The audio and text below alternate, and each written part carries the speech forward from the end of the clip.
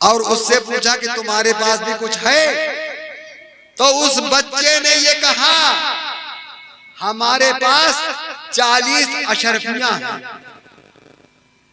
खैर वो पहला उनका सरदार तो आया नहीं था, उनके गिरोह का एक आदमी, अरे कई बच्चा है ये जानता ही नहीं कि दौलत होती क्या है, वो दूसरी तरफ चला गया। सबसे जब वसूल हो चुका, सबका जो कुछ लेना था वो ले चुके। लेने के बाद में अपने सरदार से उसी सिपाही ने कहा कि सबका माल मिल गया है और सरदार एक बच्चा किनारे खड़ा है, वो बच्चा कह रहा है कि हमारे पास 40 अशरफियां हैं। तो सरदार ने कहा कि हमें दिखाओ बच्चा कहाँ है। सरदार डाकुओं का सरदार जब बच्चे की तरफ पहुंचा, बच्चे के करीब हुआ तो बच्चे से कहा कि तुम्हारे पास कितना सामान और माल है? तो उसने वही फिर जवाब दिया कि मेरे पास 40 अशरफियां हैं। तो सिपाही ने भी कहा कि हमसे भी कहा था कि 40 अशरफियां हैं, और सरदार से भी कह रहा है। दूसरा सिपाही आया था, उससे भी यही कहा था कि 40 अशरफियां हैं, और जब उसका सरदार आया तो उससे भी कहा कि 40 अशरफियां हैं। तो सरदार ने कहा कि 40 अशरफियां कहाँ हैं? जब उससे सरदार ने कहा कि 40 अशरफियां कहाँ हैं, तो बच्चे ने जवाब दिया कि मेरी पॉकेट में नहीं है, बल्कि 40 अशरफियां मेरी जैकेट में सिली हुई हैं, और जो सिली हुई है वो दुनिया की नजर की दिखावे में नहीं, बल्कि दुनिया के निगाहों से वो छुपी हुई है। अब जब उनके जैकेट को सिदरी की सिलाई को तोड़ा गया तो उनकी सिदरी के अंदर से एक अशरफी नहीं,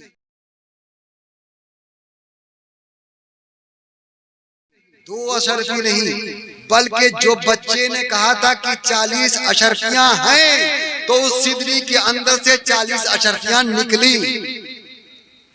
अब सरदार भी देख रहा है, उसके सिपाही भी देख रहे हैं, उसके गिरोह के आदमी भी देख रहे हैं कि ये 40 अशरफियां हैं जो चमक रही हैं, जो दमक रही हैं। सरदार की भी नजर पड़ी है, उसके गिरोह की भी नजर पड़ी है, हर आदमी खामोश खड़ा है और वो देख रहे हैं कि ये 40 अशरफियां हैं।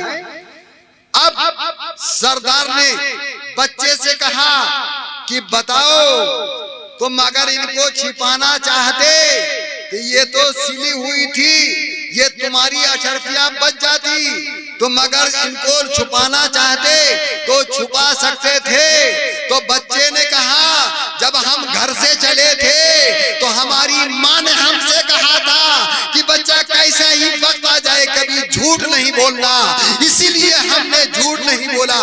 जो बात हमसे माँ ने कही थी वही बात हमने बता दी। अब जब बच्चे की जबान से डाकुओं के सरदार ने ये बात सुनी तो उसका दिल उभरा नहीं, बल्कि उसका दिल कांप उठा।